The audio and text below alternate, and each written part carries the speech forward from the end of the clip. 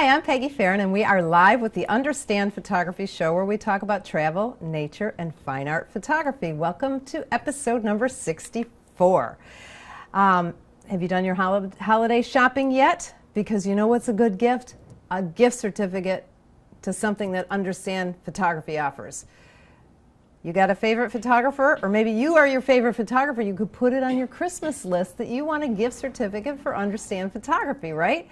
We've got the 4 weeks to proficiency in photography. That's an online and a hands-on class, so you can either take it here in Naples, Florida, hands-on, or it's a live class online, and that is going to give you a great foundation in photography. You have a teacher, me, right there with you the whole time. You're going to learn to shoot in manual, learn a lot about composition to get more creative and just better photos, lighting, including flash, and then the techie stuff like metering modes, drive modes, that kind of stuff is our last class. We also have several software classes online, Photoshop, getting started with Lightroom, and of course the most popular Lightroom class we sell is about organizing your folders, catalogs, and collections in Lightroom. Remember our motto at Understand Photography is we simplify the technical, so those are some really, really nice gifts to give to your favorite photographer, but if you're feeling generous, you could give a gift certificate for one of our trips. Our first trip in 2018 is January 25th through the 28th to the Everglades. Joe Fitzpatrick leads that trip. He's done that every year for many, many years now. In April, he's leading a trip to what's called the Forgotten Coast, which is the Apalachicola area in the Panhandle. It is gorgeous there. I mean, it's old Florida with the big cypress trees, and so we rent a boat and go into this place called Dead Lakes. It's really, really, really cool. That's April 16 to 20. And then I'm going to do one of my ladies' photo retreats here in Naples, Florida, May 4th through the 6th. So check all that stuff out on our website at understandphotography.com. My guest today for episode number 64 is Rob Hoovis with Old Sparky Productions in Fort Myers, Florida. Hi, how are you, Peggy? Glad to be Welcome. here. Thank you very much for having me. And you had a little stressful drive I had here. a little bit of a stressful drive, yeah. There was an accident in front of us, and I was there for about 15 minutes, just kind of sitting still, but I'm here. And you made it on time. Made it on time. Last week we were on time and we had technical problems, so we weren't on time. Okay, yeah. This week, no technical problems so far, knocking on wood. So I put in my notes that I didn't remember how I found you on Instagram, but then I remembered today because you sent me that picture. Yes. And we have a mutual friend. Yes. That's how I found you on Instagram. Yes. And you had gone out and camped on Cape Romano. Yes. And done some Milky Way and night photography and really, really, really cool stuff. So I started following you right away and always, always impressed. Now, you own a video company or photography company or both? It's a video production and photography company. I do both professionally as far as I'll take jobs, but 90% of what I do is actually video production and as far as paid work. And it's commercial video, it's not wedding videos. No, it's mostly related to marketing in some way. I guess you'd probably say I create video marketing tools in one facet or another. I do local TV, web stuff, product stuff, how-tos, all kinds of stuff related to, corporate videos related to marketing a company. Okay. Yeah. So photography is more of your passion. It's more my passion. Yeah, absolutely. Video is more of your work. Well, video used to be, I started kind of self-taught myself back in 1995 or so through wanting to make a skateboard video. Which I eventually made a couple, and that was a life that I lived for a while, but I was always interested, and so I pursued video. It was my passion. And then photography kind of became my passion a lot more so. Well, because once you do something for work. Yeah, that's the problem. When you're doing something all day long, and a lot of the jobs are not what you... I love my clients, but they're not your creative outlet, exactly. So I had to do something else, and I think once the DSLRs came around that did video, like the Canon 7D was my first one, and I'll probably go back. I don't know if I'm going to mess up any of your questions, but I'd been around photography all my life. My father had a dark room in his basement in Dayton, Ohio in the 70s, so I'd been around it and been exposed to it and been around cameras for all my life. But once I got my own 7D that did the video, I got it for video, but pretty immediately I started using it for photography and just messing around on creative stuff, and kind of went from there. Now, how did you hook up? Well, you seem to have a lot of people that you go out and shoot with. How did you find all these people? Oh, that trip was actually before, like that trip to Cape Romano. Before that happened, I had spoken to a friend of mine named Patrick Michael about going to Cape Romano. And he's down here in Naples, I'm in Fort Myers. And so he spoke to his friend Carrie, who knew the Captain Brian. Okay. So a lot of times it's kind of stuff like that where, you know one person and that person knows somebody. Okay. And then there's other things where people have just kind of seen the stuff and asked me, said, hey, I like what you do. Do you want to go out and shoot? So stuff like that happens as well. Yeah. Because, it's funny because people ask me that, well, I need a photo buddy. And it's like, well, join your local camera club. Right. Or just ask somebody who you know is into photography. I think though most people are naturally a little bit shy, and that kind of slows them down. Yeah, probably. But you're not. Well, I don't know if I might be naturally shy. Not anymore. I've had to not be, I guess. But when I was younger, I was really naturally shy. Really? Yeah. Just when you're like when you have that sort of a business, which you have. Yeah. You kind of have to become not so shy. Yeah. You know what I mean? If you want to make any money, yeah. You gotta be out there, man. Yeah, Please absolutely. hire me. Yeah, yeah. Okay, so I start following you on Instagram. Instagram seems to be the hot thing for photographers right now. Would you agree with that? Yeah, oh yeah, absolutely. And you are so good. I mean, you put about 1 million hashtags on there. How do you think of those? Well, I put the allotted amount, which is 30 or 29 sometimes. But I didn't even know there was an allotted. There's an allotted amount. So you can have no more than 30 hashtags? 30 hashtags, yeah. And really a lot of times it's hashtags. It's not something I thought of. It's something that I saw on another photographer's thing, or on, it's a hashtag for a hub that I follow. Like there's these big photography hubs, and by hashtagging them, you could potentially be featured on their page, which then potentially a lot more people would see your stuff, potentially follow you and things like that. So that's why you hashtag it in that way, and how I learned how to do it. I actually learned how to do it from my buddy Mark Taddeo, who got me into Instagram. I used to be deadly against Instagram. I hated it. Really? Oh yeah, I hated it. I had one forever, from 2013. I can't remember exactly when. Yeah. But I didn't do anything with it. It was pictures of my kids or skateboarding things that I would put on there. And my buddy Mark started doing this, and he got really, really good at photography. Really good. He's my favorite photographer. Oh, I'll have to look and him up. yeah, you have to check him out, Mr. Taddeo. So he started doing it. He got really good, and he started getting all these followers. And he's like, "You should do this. Why don't you do this?" I'm like, "Because then you're just giving it away." You know what I mean? That was my viewpoint of it at the time. And I'm like, I don't. And I was doing it for a living, and I didn't go out to do it for fun as much. And we took a trip to New York, he and I, just to shoot photos. How fun. And after that, I was hooked on it. And then I saw the potential in it.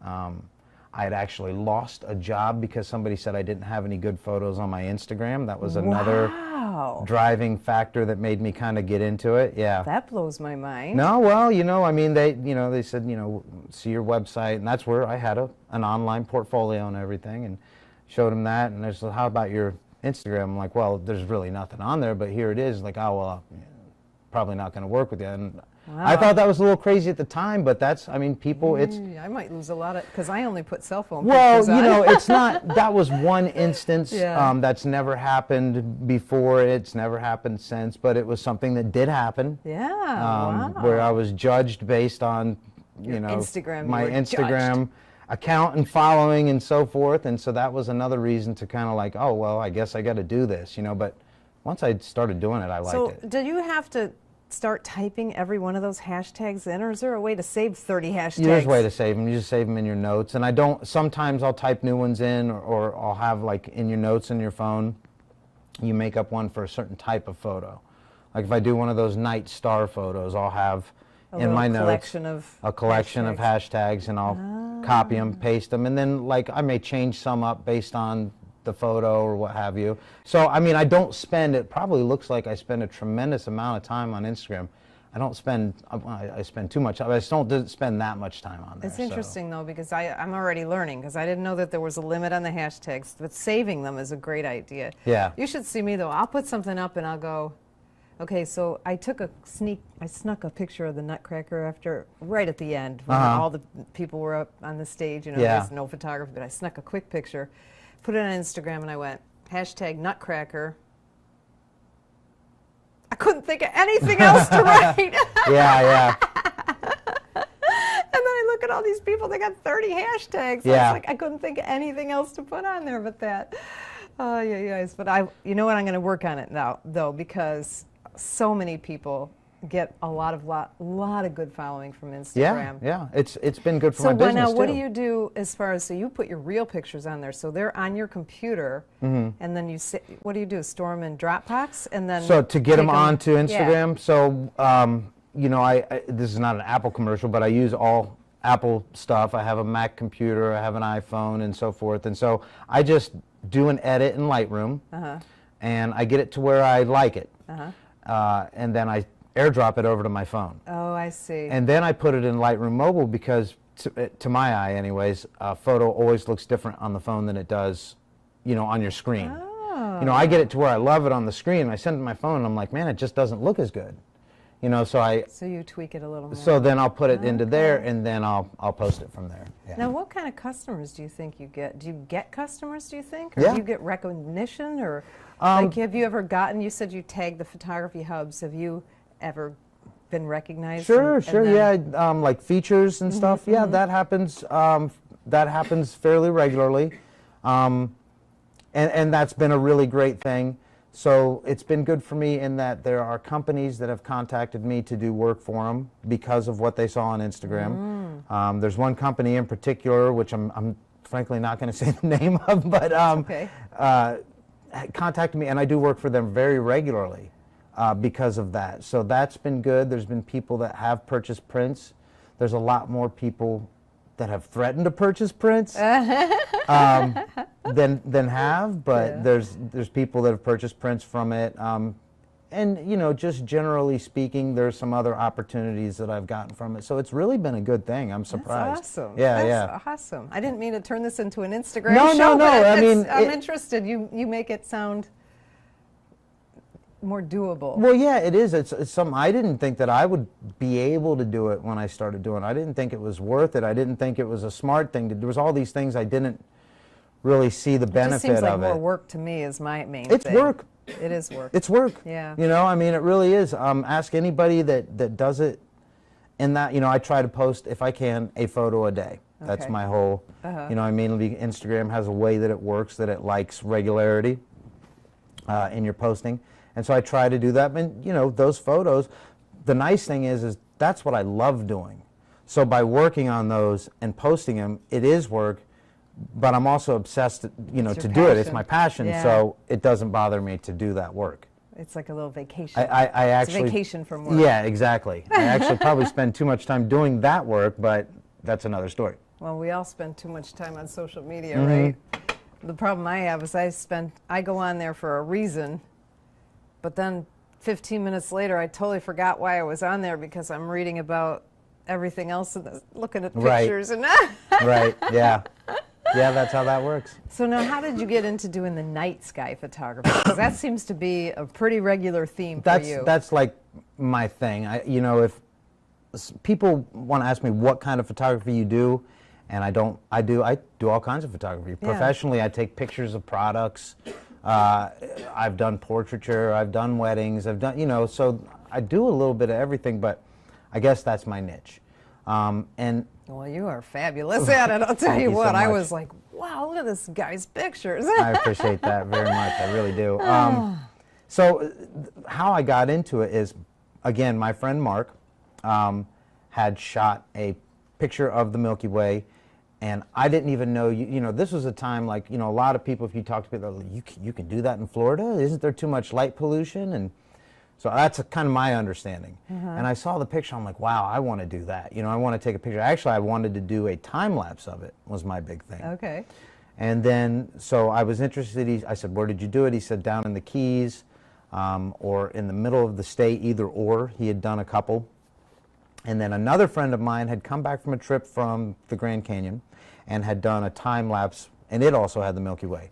And I said to him the same thing. Now, he was doing what I wanted to do, but he didn't do it in Florida. He did it out there, and his name is Danny, by the way. I don't know if they're watching. I have no clue.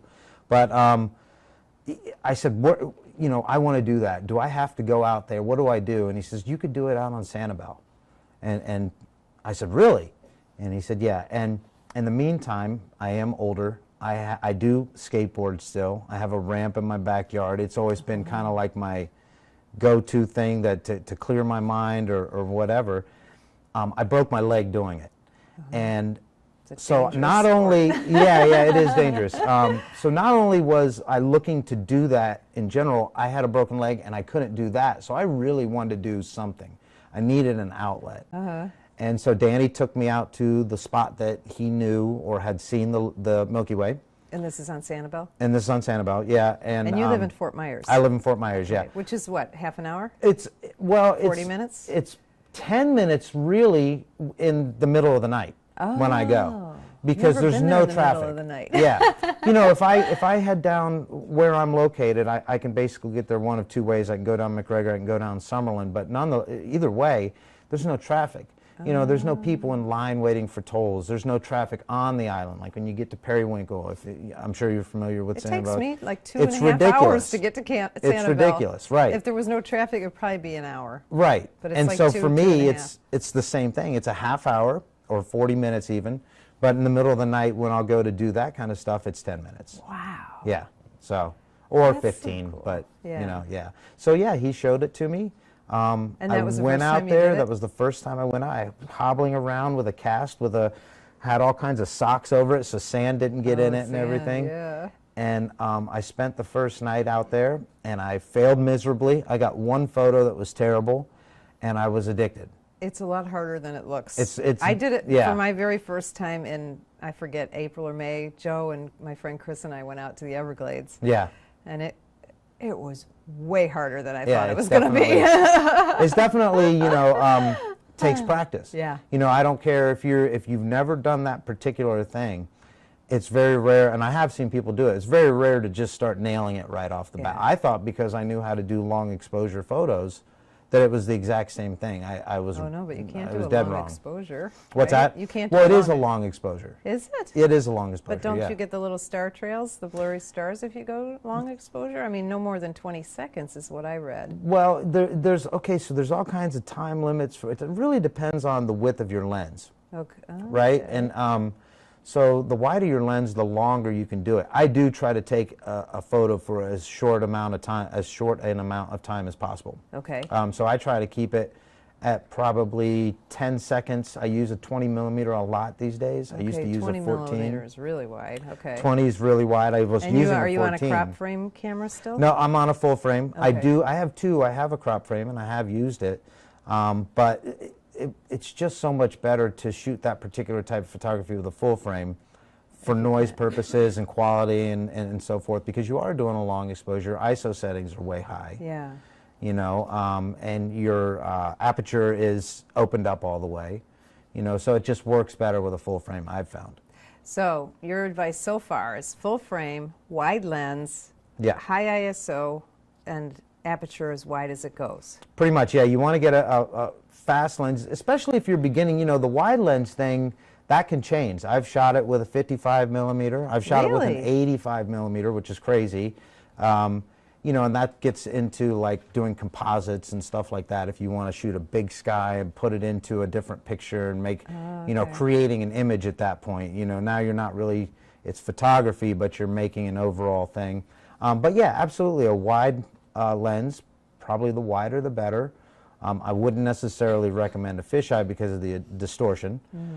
Something fast, 2.8 and under. I shoot with, again lately, either a 1.8 or a 1.4 Is that your 20 millimeter? The 20 millimeter is a Sigma 1.4, which I love. I'm not doing a commercial again, but I do love that lens. Sigma's come a long way. Yeah, they have those art lenses, the art series that they have, and it's is that just what that is? That's what that one is. Okay. It's incredibly sharp, which is a big deal with that stuff. You know, if you start talking to guys that I thought I had learned everything that I needed to learn for a while, and then I started seeing some guys that I really admired and started talking to even some of them and seeing some of the stuff they were doing. I'm like, oh man, I don't know anything. I'm never going to know everything, you know? So that's for sure, not in photography. Yeah, Plus, yeah. it keeps changing too. Yeah, it is always And changing. because there are so many photographers in the world now, people are coming up with such creative ideas that we never even dreamed of 20 years ago. Absolutely, yeah.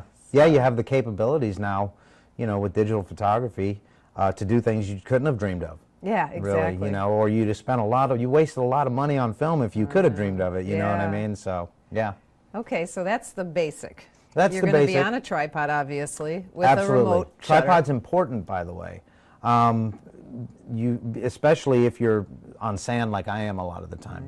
A nice sturdy tripod, or you have some wind on the beach or wherever you're at. A sturdy tripod's important because, again, you can shoot up to 30 seconds. If you're shooting on a 14 millimeter, you can shoot a 30-second photo, but you need a really good tripod for it to be stable. Or else it's going to be blurry from the wind or whatever. Okay. And you said a remote's great. You can also do just like a 2-second delay or 10-second delay or what have you. I do that a lot of times, just because I'm lazy. And I don't want to set up I have the remote that plugs in and everything. And a lot of times I just don't want to pull it out of the bag, so I'll do a 2-second delay. And then if I'm going to throw myself in the photo, which I do on occasion for whatever reason, artistic purposes. I love that. I love all Then I'll do like a 10-second. So you do you put the timer on 10 seconds to go off 10 seconds, and then you position yourself or whatever. Yeah, I just run out there and come back and look at it, and did I get it right? Because you can't see it. You can't see it, yeah. So you're not there. Exactly, yeah. You're on the other side. So you usually take at least one test photo if you're going to do something like that where you put yourself in it, That's really cool, though. Yeah. I love that. And then you do stuff with the flashlights and all that kind of yeah, stuff. Yeah. You guys have to go and look at his Instagram, which is Hoovis Yo. Hoovis Yo. Hoovis Yo. Hoovis Yo. Yo. Yeah. But we'll put the link in the show notes on understandphotography.com as well.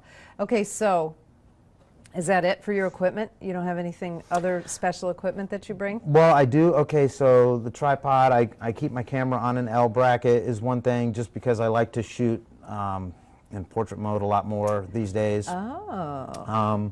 For a variety of reasons. So you have a bracket where you can just flip it on the Just flip it on the tripod. yeah, exactly. Okay. Just to keep it from having to, that way you're not constantly messing with the tripod and you know what I mean? And it seems to be a lot more stable that way, because when you have your tripod tilted all the way over, you know, and you have a certain amount of weight with the lenses and everything, it's just going to be less stable. So that's one thing now, that is that the L bracket, is that something that you get at a camera store? Or? You can get that, camera store, Amazon. Maybe we'll put a link. You can tell me what you have, and we'll put a link on there. Sure, yeah. I mean, I would recommend looking at B&H and L bracket. Okay. There's a million of them for different cameras. They have ones that fit them all. They have ones that fit certain cameras. So I forget exactly which one I have, actually. All right. But equipment, a variety of lenses. I shoot. And you bring them all out there? Not all I of do. them, but obviously you bring several lenses I bring out. several lenses out. I have a 15 now. I have a 15, the 20, a 24 to 70, 2.8. That's my favorite lens. Yeah, that's great. That's just like everybody's got to have that lens. You know what? I bought mine in 2001, and it's been my main lens since 2001. I'm a full-time photographer. Yeah. And full-time I've been using that lens, and it's great. I mean, I've had it calibrated or whatever you call it once, but it's a fabulous lens. Yeah, those are the best. I mean, like I think that's any photographer's kind of workhorse And lens. they make them just for Nikon and for Canon, I know. I don't know about the Sigmas and all They that. have, but I know that well, I Canon- shoot with a Sony. I shoot with a Sony A7R2, and Sony just came out finally with a good 70 to 200 f2.8. They didn't have that for a long time. That's one of the 70 things. 70 to 200. I'm sorry. 24 24 to 70, okay. yeah, f2.8. Okay. Apologies, yeah. That's I do. They did just come out with that other one too, but yeah, the 24 to 70 is the is the one that Sony's just really came. kicking butt in the photography world. They're doing good, yeah. Yeah, their cameras. I mean, I vouch for them. I was switched over again by my friend Mark, who really just got it. I think he got a mirrorless, and I think he got it. He liked Sony as a brand. Got it for kind of like portability purposes. He was doing a lot of travel photography, and the mirrorless cameras are a little bit lighter. And I was shooting on a Canon. I had a 5D Mark III. I loved it. I had a 7D. It was my backup camera. I'm like, oh no, you can never go without a mirror. It's ridiculous. And I started shooting with his. I took a shot with his, then got one of my own just to have something on the side, and then I switched completely over. Switched over. Yeah. So but the they're full good. frame Sonys are just almost as heavy, aren't they? Not really. No, not I really. thought they Now were. some of the lenses are heavier, which is funny.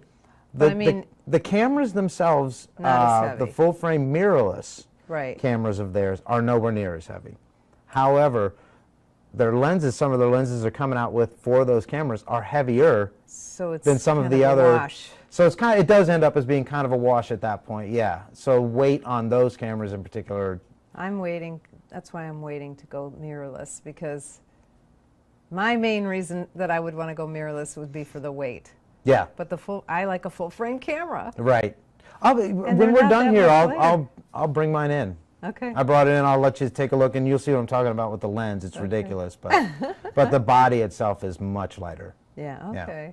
My friend Chris, who I shoot with occasionally, he has the crop frame. I forgot what it is. A6000. Yeah. Okay. And that's much lighter. That's lighter. Yeah. That's nice, because I'm a little jealous of him when we're, because we like to hike in the swamp, and Right. he's a big guy Right. with a little camera. I'm a little person with a big camera. Yeah. Well, that's what I got was the A6300, which is the A6000, basically with 4K video. That's the difference. That's the one that I got as kind of like, well, I'll get one and see. Yeah. You know what I mean? And then they hooked ya. And then they got me, yeah. And it was funner for me to go around. They do have smaller, the lenses for those that are lightweight are all f4. You know what I mean? And that's how they do it. There's less glass needed and so forth. But carrying that stuff around is nothing. It's a snap.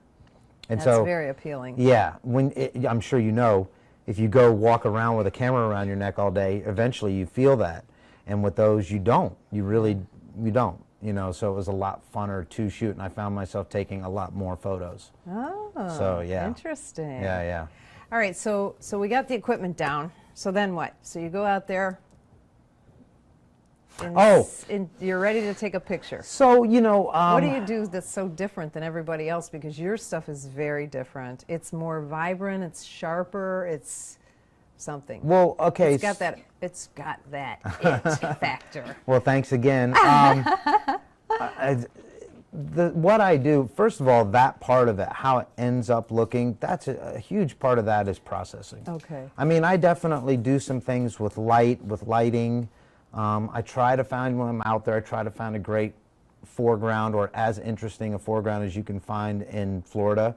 You'll find that a lot of people that do that kind of stuff, they're doing mountains and canyons and crazy stuff that we just don't have. We got flat. So we're flat. So, and you also find that, at least in this area, unless you want to go to the middle of the state, you're going to be near a beach where it's dark enough. So now you're kind of looking for something that makes it interesting on the beach, whether that's a lighthouse or a pier of some sort. Those are kind of like foreground things that I look for. Try to do something with lighting in some way, shape, or form a lot of times. Because I've seen the one shot that we were talking about when you went camping on Cape Romano. Yeah. And you had 4 of you, and you lit up your tents with different colored gels or something. Well, okay, so that was... that was really cool. Thank you. A lot of times if I go somewhere, I try to think about something I want to do before I get there. Okay. Or I want to have something that I know I'm gonna make something good, make something that I like, in case that whatever is just there, it doesn't work. So in that one, I had said to everybody on the way out there, I'd like to take a picture of everybody in their tents. And originally, I was going to have them in their tents with lights shining out of it. Okay. And so when the Milky Way got in the right position, kind of ran around, grabbed everybody, said, okay, let's go, let's get this. And originally, I took the photo without the tent, without the lights. And I thought, okay, well, forget it. You know, this looks cool enough. So just dark tents? Well, yeah, just them in front of tents, but the so they fire were like was going. Silhouettes, or? Well, the fire was going in front of them, or behind them, technically.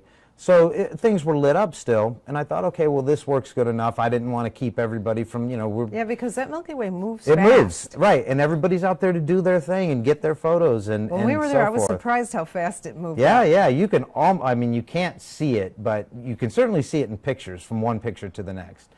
And so anyways, Patrick had said, when I got done with it, he says, are you not going to do the one with the lights? And I said, oh, okay. And I had these camping glow sticks that I got from a camp store. I don't know where it was. But they're like these things that are like red, blue, green. And I had 3 of them, different colors. So I'm like, okay, yeah. So I put one in one person's tent, put one in my tent. And it was kind of weird because the colors that I had ended up matching the colors of the tents that people had. I had a green tent, I had a green light. Oh my God. Carrie had a blue tent, or I think he had a blue tent. Yeah, had a blue tent, so he got a blue light. Somebody had an orange tent. Jonas had an orange tent. He had an orange light. And there was no more lights, so Patrick used his own light in that 4th tent, and his tent was green. And it just worked. It lit. So he had a white light in there? I think he had a green light. I think he had his own green light that he put in there, so it just kind of worked, or yellow. Was it a real bright light? No. But it was because of the long exposure. But because of the long exposure. It looks bright. It looks super bright. It looks very bright. Yeah, yeah, yeah. And it's really just like it's a little glow stick. I mean, if you saw it in the middle of the night, you could see it from a distance, but I mean, it's not going to light anything. It looked like you've got this but huge light in front of those yeah, at that time I was shooting 25 and 30-second photos, and so when you put any light source in there and your camera's opened up that wide and your ISO's at, I think it was 2500 or 3200, but you have those kind of settings going on, and you put a little bit of light source in there, yeah, it's going to really... That was a cool picture. And then you also have, like, well, you said you do selfies, so you'll have like a silhouette of yourself. Yeah, like so. And so do you put the camera down real low to do that? Is that what you do? How do you get the whole silhouette of your body? So that's a lot of times is like or you just having go far, a light. far away? Sometimes I'll go really far away, and I have like another light. Sometimes I'll just put it on my neck, and I'll light in front of me, which creates like a silhouette and some backlighting. You know what I mean? So, or sometimes I've put lights on things. Sometimes I've had people that are with me shoot a light, you know, in a certain way. Sometimes you hold a light. I haven't really done that much anymore, like where you're just, you know, shining a light into the sky, like one of those torches that like really... a beam. Yeah, so it ends up turning like a bit. Actually, there's a couple that I really liked with that, where I do a thing where like lightsabers. Yeah. Where they were playing, was that you and somebody? That was me and somebody else, yeah. Playing with your lightsabers? Yeah, and that was just a flashlight. That was just a flashlight. And are you holding it? Just holding it as still as possible. 20 seconds. Yeah. Oh, that's you know, so and then cool. like that was my friend Kyle, and you know, that was actually a really simple photo, where it's like, okay, we tried it twice. We got it in 2 tries. Like, okay, you stand here, I'll stand here. We're going to be like this. Act like you're fighting. You know what I mean? Act like it's a lightsaber, but be as still as possible. But they're both the same color lights. Yeah. And so I changed the light color in Lightroom for that one, and that's just a single photo that, you know. That came out so cool. Yeah.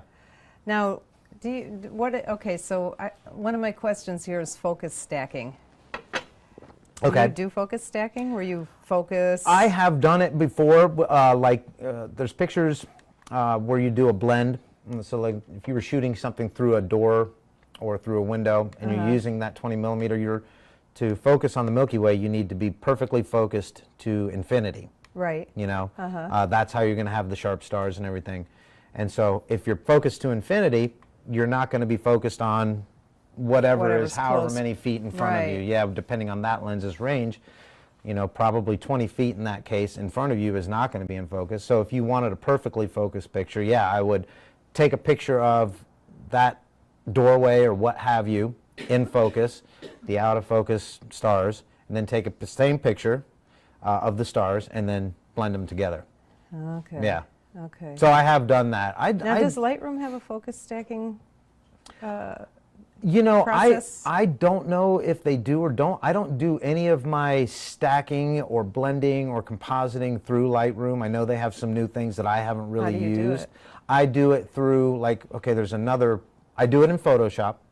If there's like a blend or a composite, I do all those in Photoshop. So if I'm working with more than a single image, I edit everything in Lightroom, and then I'll bring it over to Photoshop. But there's another thing that we haven't talked about, which is this is not really so much focus stacking, but noise stacking. Oh. So the thing about these photos is there are really high ISO settings. Yeah. And especially if you use, like, if you're going to use a crop, this becomes really handy. If you use a crop sensor camera, it's totally fine to use a crop sensor camera for the Milky Way. Okay. But you will get a little bit more noise. So taking like 5 images from the same spot in a row, and then stacking those together in either Photoshop, or I use something called Starry Landscape Stacker. Starry Landscape Stacker. Right. That's a plug-in, or It's a standalone. program? Yeah, Okay. it's a standalone. It's a program. It's a program, and it's really, really easy to use. It's basically specifically for stacking photos together for noise, because that's an issue with Milky Way photography. 2.8 lenses are great, and you really should always have at least that fast a lens if you go out. But with 2.8, if you're doing single photos, you're going to be open a lot longer than you would if, like for instance, I told you I was at 1.4 now. So I can do a much shorter photograph. I'm going to have much fewer problems with noise that way. Okay. So, so then you're sometimes thinking about stacking them for noise, and that's a really great program and way to go about making an image that, like if you wanted to sell your stuff, a company or whoever, you can't have noise in that kind of stuff. And Instagram, and I used to some of my photos were terrible. On Instagram, they're great. You know what I mean? Some of those first ones were terrible, though. If you go back and look at them on a screen, or enlarge them into print, you're going to see that noise. And so I really got kind of addicted to getting rid of any kind of noise. And that's why I invested in the faster lenses, and why I will then also, if it's a single image, or not, I'm sorry, if it's an image that doesn't have me in it, and I don't want the noise, and that's a big deal, I'll stack them together for noise. Do you remember how much that costs? I think Starry Landscape Stacker is really cheap. It's on the App Store, and it's like $25. Wow. Yeah, it's really cheap for what it does. It doesn't do a lot. You know, you're not editing in it per se. Right. It stacks together the foreground, and it has something that colors the sky so that it knows that, like, you know, you have to take the pictures in succession. Within a minute is ideal if you can, but definitely within a couple of minutes. And it can read. Otherwise they're moving, right? Right, then they've moved so far away after a while that it can't pull all of that together. But if you do it shortly, in a short period of time, put them all together, it reads the sky together. And it's really nice because it kind of sharpens the stars up and everything. So it's, you know what I mean? So it makes an even better sky by taking multiple photos. Now, what about long exposure noise reduction in your camera? I use it if I do a single. Okay. Like if I do a single image, You'll turn I use that it. On? Yeah. I absolutely will, and it will soften up your photo a little bit. Some people don't do it. Some people do it. It's a matter of preference. I can bring whatever detail it kind of takes away back out in editing. Yeah, I don't really understand it because I know it takes a black picture and then it just takes, blends it with... It basically puts another image, and it is a black picture, but it's basically taking the information of another photo and stacking it together. So you have 2 photos worth of information there stacked together to kind of make up for any noise that that one photo that it saw has. Okay. It's kind of hard to explain. Yeah, I know. It's been explained to me several times. Yeah. I'm like, okay. Yeah. I don't really get it, but it's weird. in the menu. If somebody wants to try it, you go in the menu. I mean, yeah, I definitely. Find it in your camera. If you're going to most cameras take, would have it, right? Most cameras that you would shoot the Milky Way with would definitely have it. Yeah. So yeah. Okay. Was this bad? Was my leg up bad? I just want to make sure I didn't want to. You're fine. Okay, don't put your foot towards the camera. Okay. Put it back down. I didn't even think about that. Yeah. I had another guess his foot was first thing in the camera. That's what I started thinking about. Is this okay? You're like a video guy, right? Don't you know that? I don't know. I'm not looking at this, though. I let people do their jobs. I don't know anything about what's going on. I know, it's intimidating. It's intimidating to have video people when they come in here because it's like we got kind of, you know, consumer cameras, but I think you're doing great. Yeah, I really do have a big thing about I don't ever, if I work with other photographers, if they're doing something for me, shooting me, whatever, I don't tell anybody how to do anything. I don't give my opinion because try not to judge. Yeah, because people, you know, I hate it when it's done to me. Yeah, I know. You know what I mean? When somebody and they want to tell you everything about how to do something. I know. I don't want that. I have a peer like that. He posts on my Facebook group every once in a while and tells you everything that you didn't ask for. Right, yeah. Sure. And you don't agree with anyway. Yeah. Sure, I understand. All right, what else can we talk about? What well, time do you go? How do you know what time? Oh, that's an interesting subject. When to go? Okay, see, so I'm lucky. I have Joe and Chris to do everything for me. Sure. I'm the diva. Right. I go, I want to do Milky Way. So Joe researches it, figures it out. Chris figures out where to go. Well, first of all, research is important. Yeah, because I learned a lot from Joe after he did all the research. Yeah. Because he's like, we have to wait until like May. Yep. Well, it's like, research in general for the photos are important. Okay. You know, like just, you know, looking at some tutorials. Even if, you know, you watch something like this where you get some sort of, you need to have some kind of information. Because like I said, I went out, I thought it's the same thing as any other long exposure, and that's not true at all. Right. Holy cow, it's totally different. Focusing is hard. We forgot to talk about focusing. Focusing is, we kind of touched on it to infinity, but you need to know where infinity is on your camera. So, you know, on some cameras, you put it to infinity. It's not actually focused to infinity. That camera could be off very easily, actually, most times. Okay. So you want to go out, you can do a test where you, let's say you have a 14mm lens. Okay. And you look through it, and I would recommend doing your like focus magnification. Where you know what I mean? You're talking about going in live view and then zooming in. Zooming in. If you have peaking, it's really ideal to put that on. And looking at something fairly far off in the distance and making sure that that's as focused as it can be, and you know then that you're on, and then making sure you know where that is on your lens. I would actually tape my lenses when I found that a lot of times. I would get focused onto infinity and then tape it. Tape it with what? Gaffer's tape? Gaffer's tape, electrical tape, any tape that would keep it locked. Get all gooey on there if you don't use Gaffer's tape? I don't care. Focus was more important to me. You know what I mean? It could. I used electrical, but I would also take it off. Like I wouldn't keep it on. Yeah, it would just be a one-night thing. There's another lens now they're making that it locks into infinity, which I think is really cool. Now, when you put yourself in the picture, what do you focus on then? Well, in those instances, I will just kind of go far enough away that I know that I'm out of that. I'm focused. Do you know what I mean? Like I'll get 20, 30 feet away from the lens in most instances to do a Milky Way selfie or whatever you want to call it, and I'll know that I'm in the focal range at that point. So. When you're on infinity. When I'm on infinity, because you're so far away. Right. Okay. I've been doing some stuff with star bokeh lately, like focusing on things really close and doing making the stars turn into like glowy. They turn into little glowy, twinkly. Yeah, I've really been into it. It's not. I didn't invent it by any means. Now, how do you do that? Lots of people doing it. What's that? How do you do that? Just like so. Because I can't figure that one out in my mind. How to do that? So okay.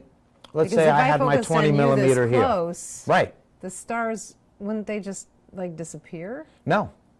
Not if you're out in the right environment. I mean, you have to be, no matter what, you have to be in a nice dark location. Okay. So if, like, let's say you and I were sitting here, right? And you probably wouldn't do a person because a person's going to move and that's going to ruin the photo. But let's say I was to focus on you. Well, then I'm probably going to go low, looking up at the sky, into the stars, the darkness, what have you. And that's going to create, I'll show you again after we're done here. Well, you could give a picture maybe, like, do you have a picture we could put on the Oh, yeah, I think I sent you one. Oh. Yeah, okay. I think I sent you one. Oh, maybe I didn't know what it was. Yeah, it's of a camera with the Milky Way on the back of the camera screen. I just did this, and all those, that bokeh behind it, that's stars.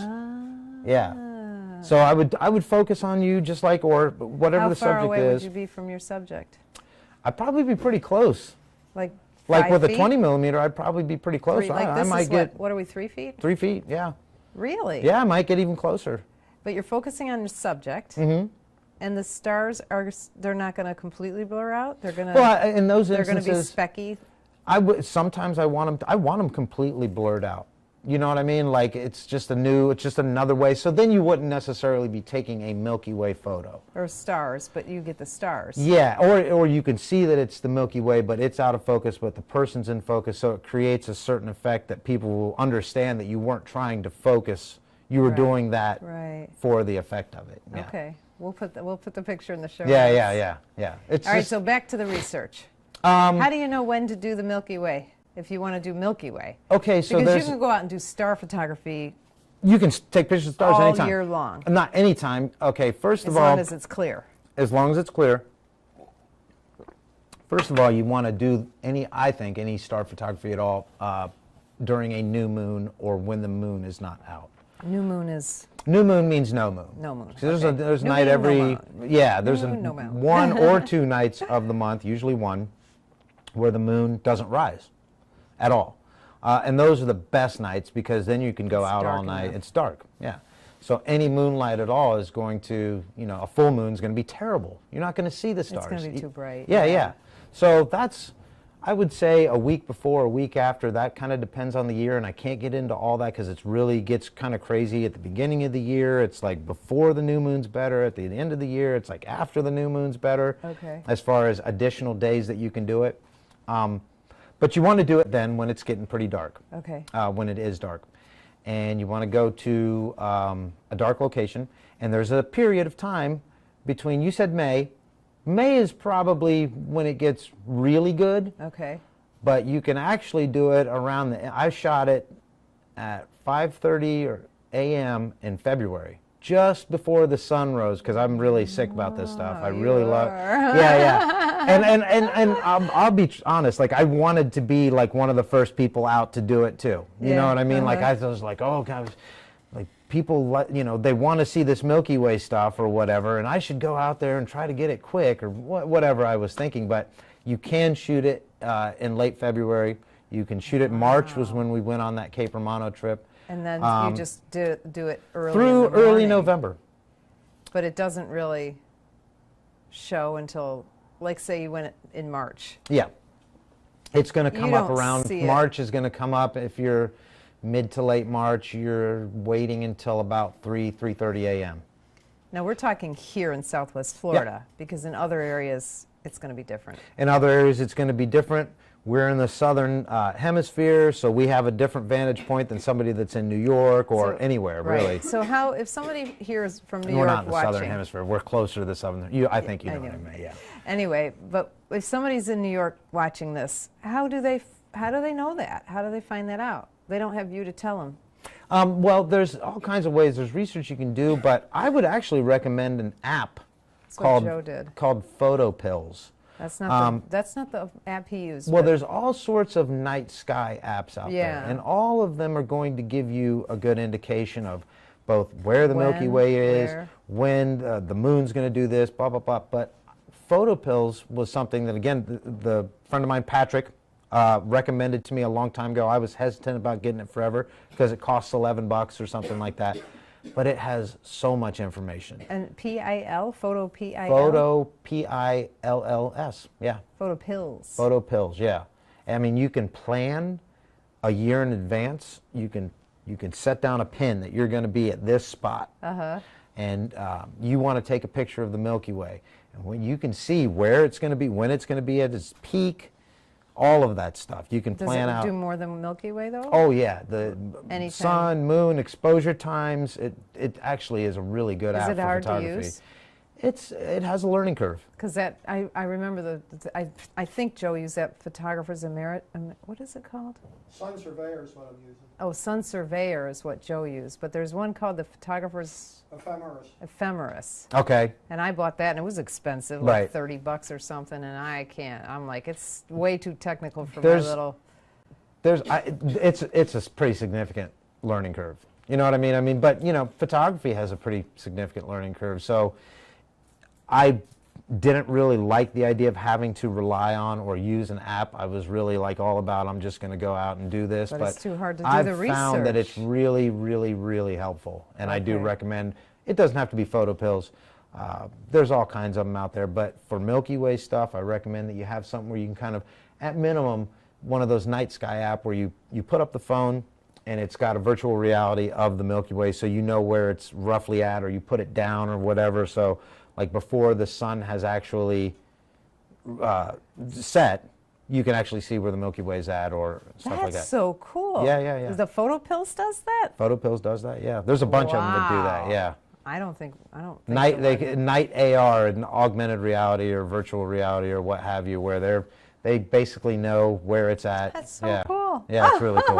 Oh my God. So it's, it's ways to find it as opposed to, and you can certainly, I spent the first 3 or 4 months just going out and looking, and I learned pretty quick about what times of year. That's something you need to research, the best times of year. So when is the best, if you're in Southwest Florida, what's the best time? The best time of year? I would say the best time of year is the worst time of year for weather, May, June, and July. Well, it actually gets worse in August because it rains that's true. more often. Yeah. The very best times of year, that is, and only because the Milky Way is out all night. It's, from sunset. If you're in a dark spot, you're going to see it, and you're going to be able to shoot it in various, positions, it turns and everything throughout the entire night, all the way to sunrise. So those are the best times. It's tough because of weather.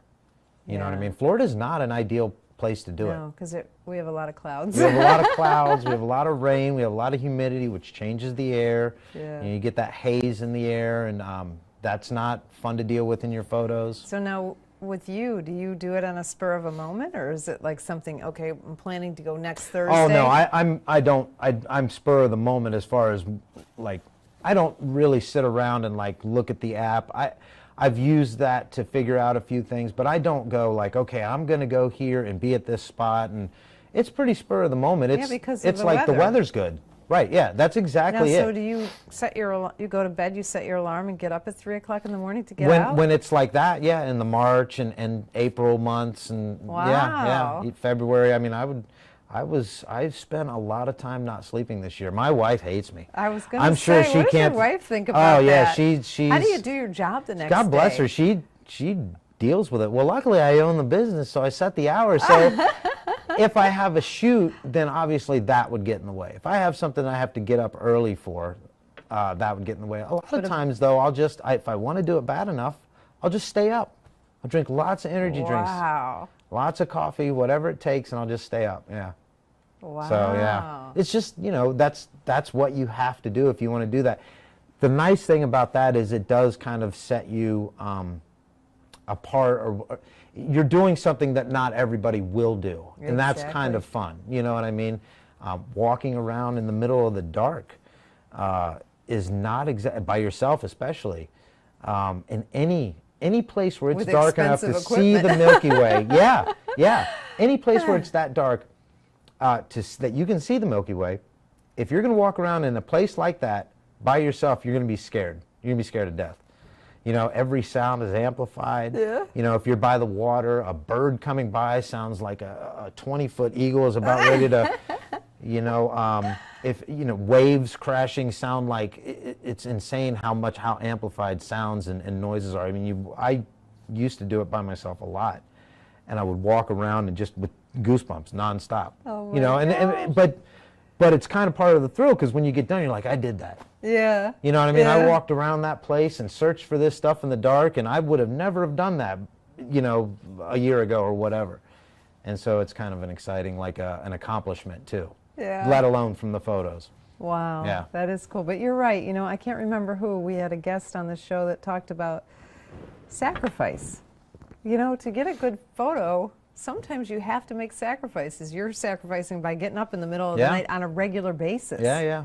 I mean, how often do you think you go? Well, when it's season, I go as often as I can as the weather will permit, to be honest with you, and as often as my schedule will permit, my family life and everything else. So I would say per month, if possible, I'm out 5 to 10 days of the month. Wow. Yeah. I would be out 5 to now that doesn't happen every single month, but that's about how often I would go out. And it's a huge sacrifice. Yeah. Holy cow. Yeah. And wow. Yeah, I guess I never really put my finger on it, but that makes it, that makes it fun. That makes it worth it. It makes, and that's why you were saying your photos, I mean, I really work hard on them because I had to work hard to get them. So now I want to make sure they look good too, and half of it is in post-production. Are there any editing tips that you can share with us? Yeah, general editing tips, each one of them is kind of different. Okay. The colors of the sky are different as the night goes on. The colors of the sky are different as the amount of light pollution that's in a given area. It's different based on any kind of haze or clouds or whatever. So you can't always get the same colors. But I would say, like, one thing that I always do is take my highlights down and my shadows up. Okay. And same with my S-curve. I don't mess with contrast almost ever. Okay. You're probably going to want to play with the clarity quite a bit. Sometimes the clarity looks good actually taken the other way, taken down. Really? But a lot of people take the clarity up. And dehazing is a huge one. And that's in Lightroom. Yeah, and that's in Lightroom. I don't think we have that in Photoshop, do we? I don't think that one's in Photoshop. I've never seen it in Photoshop. I've never seen it either. Yeah. So, those are just, kind of putting it in, messing with your exposure, messing with your white balance is a huge one. What do you just use the sliders and like just add use blue, the slider, yep. Just get it to where you kind of like it. One little trick that I saw on a tutorial is to you kind of figure out how you want your sky to look. It can look all kinds of different. Obviously, you're always shooting raw. I think that goes without saying. Oh, but that's a good point. Cause yeah, I mean, I don't know, yeah, but you're always, you don't have to, but you should shoot a photo raw for a night sky thing. So then you can make your sky any color based on the white balance slider. One thing you can do is take it to a certain point, and if you want to figure out how it looks best or how it's supposed to look, by messing with your tint, your green and your purple, and your white balance, you can take your vibrance and your saturation, vibrance and or saturation all the way up. And you kind of want to get, now you're going to have these really colorful, way too colorful colors, but you kind of want to have this nice balance of purple and green and blue and yellow, and you'll kind of know it when you see it. I almost need to give a visual example. Okay, so you turn them all the way up, and then you fool around with the tint and the white balance. And then you fool around with the tint and the white balance, and then you would turn it back down to where it looks reasonable. But that's a way to get kind of a good idea of how it's either supposed to be, there is an actual color to the sky that happened, or how you want it to be. Okay. You know what I mean? And are you pretty realistic on your colors? Yes and no. I mean, I'm not necessarily trying to make what was there. You're not like a purist, like yeah, straight out of the camera. No, I don't believe in that. Why would you be doing? I'm not a purist that way, and I'm a purist about some things to an extent, but other things like how it looks. Sometimes I am. I'm about what looks best to my eye. Yeah. You know what I mean? I am too. That's all it comes down to. Yeah. I don't even understand the people who are so adamant about no editing. Why wouldn't you? Yeah. We can. Yeah, you can. And I guess if you started as a film photographer, to me, who did, it's so exciting that we can do all this cool stuff now. Yeah, I think that you have. I think that you have people that did start as film photographers, and I think that some of those people were accomplished, and that's an art form, obviously. Yeah, and I started that way too.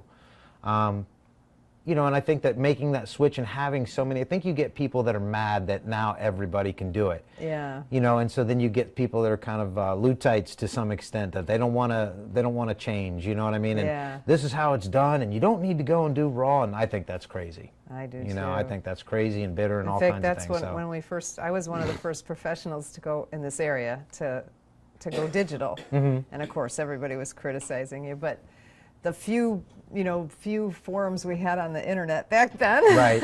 Because the internet wasn't like it is now, but the photographer forums would be like, oh, you never shoot in RAW, that means you don't know what you're doing. Right. If you can't shoot it with a good exposure in JPEG, then you shouldn't be a photographer. And I was like, so I'm shooting everything in JPEG in the beginning, and And then as you learn more, you're like, why wouldn't you shoot do in that? JPEG? Yeah, yeah. That's crazy. And Well, now all professionals shoot in RAW, I think. They should be. They're still. I still read people. There's a couple of like notable people, I guess. And again, I wouldn't never say any names, but big time. You know what I mean? That have big blogs and everything that are.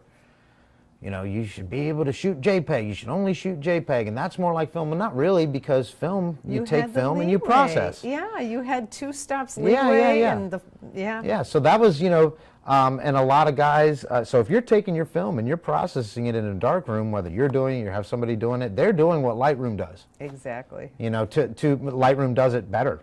Yep. You know, so that's all there is to it, yeah. So what's next for you? Are you going to keep on with this night sky photography and Yeah, I am. staying up all night? Yeah, I mean, I've had some actual opportunities come from that too. I didn't mention this. I got a job as the resident artist for Lee County, which was like a 3-month gig where they have you go and shoot all kinds of things, really.